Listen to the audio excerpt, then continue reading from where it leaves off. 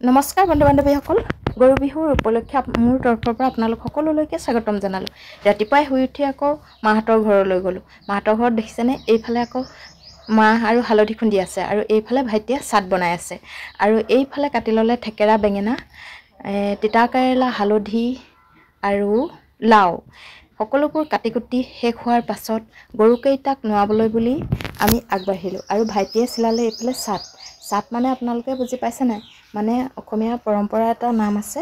এনেকৈ তিনডাল বাঁহৰ কৰি এডাল কাঠি চিলাই লয় আৰু কাটি লয় আৰু তাতে লাও, বেঙেনা, থেকেৰা আদি চিলাই দিয়ে, সেইডালকে কয় চাট। আৰু এইফালে পোৱালীজনীয়ে দেখিছেনে কি সুন্দৰকৈ মিহিকৈ পিচিছে আৰু তাই হালধি মাহ খুন্দা বুলি মানে এনেকুৱাই ফূৰ্তি পাইছে, দেখিছেনে, খুন্দি কৰি ৰেডি কৰিলেই।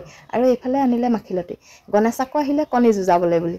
কণী যুঁজাবলৈ সি আকৌ ৰেডিয়ে থাকে সদায়, কিন্তু কণী আকৌ অনা নাই দেই। গৰু গা ধোৱাৰ পাছতহে বোলে কণী আনিবগৈ। আৰু এইফালে আকৌ নোৱালে ভাইটিয়ে গৰু কেইজনী ভিতৰতে নোৱাই লৈছে, পাছত আকৌ পানী মাৰি ধুৱাই দিব। আৰু এইফালে ডাঙৰজনীকো নোৱাই দিছে আৰু পোৱালি এটাও আছে, দেখিছেনে, এইয়া পোৱালিটোৱে গাখীৰ খাই আছে আৰু এতিয়া সকলোকে এনেকৈ নোৱাইছে। আপোনালোকৰ ফালে বাৰু কেনেকৈ নিয়ম নীতি কৰে জনাবচোন দেই। মায়ে আকৌ এইফালৰ পৰা আহি চাই আছে।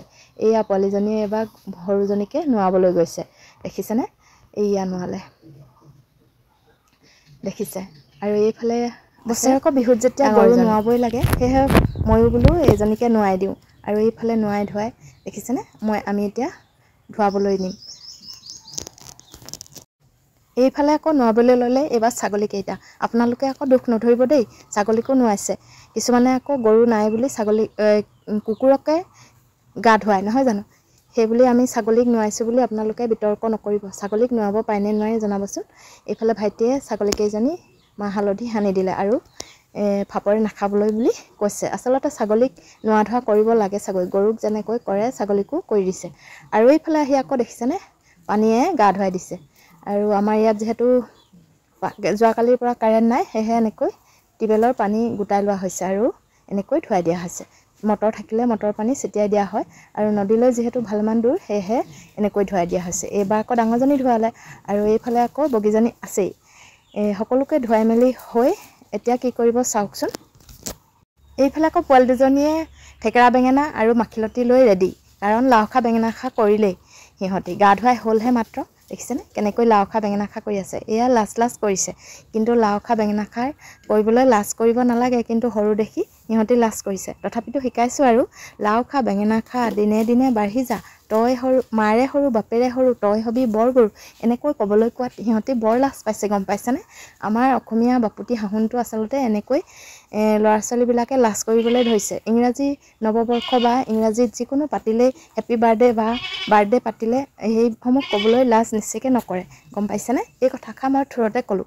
আৰু এইফালে লাও খা বেঙেনা খা কৰি হ'ল যিহেতু মাখিলতীয়ে কোবালে, দীঘলতি মাখিলতী কোবাই এতিয়া সিহঁতক পথাৰলৈ খেদি দিয়া হ'ব। আমাৰ ইয়াত যিহেতু গৰু ছাগলীবোৰ বন্ধা থাকে আৰু সেয়েহে গৰু ছাগলীবোৰ বান্ধিবলৈ ৰাস্তাৰ ফালে খেদি নিয়া হ'ল। আৰু আমি গোটেই তিনিওজনী গৰু খেদি গৈ এতিয়া আমি ৰাস্তা পালোঁগৈ আৰু এইফালে গৈ আছোঁ, দেখিছেনে।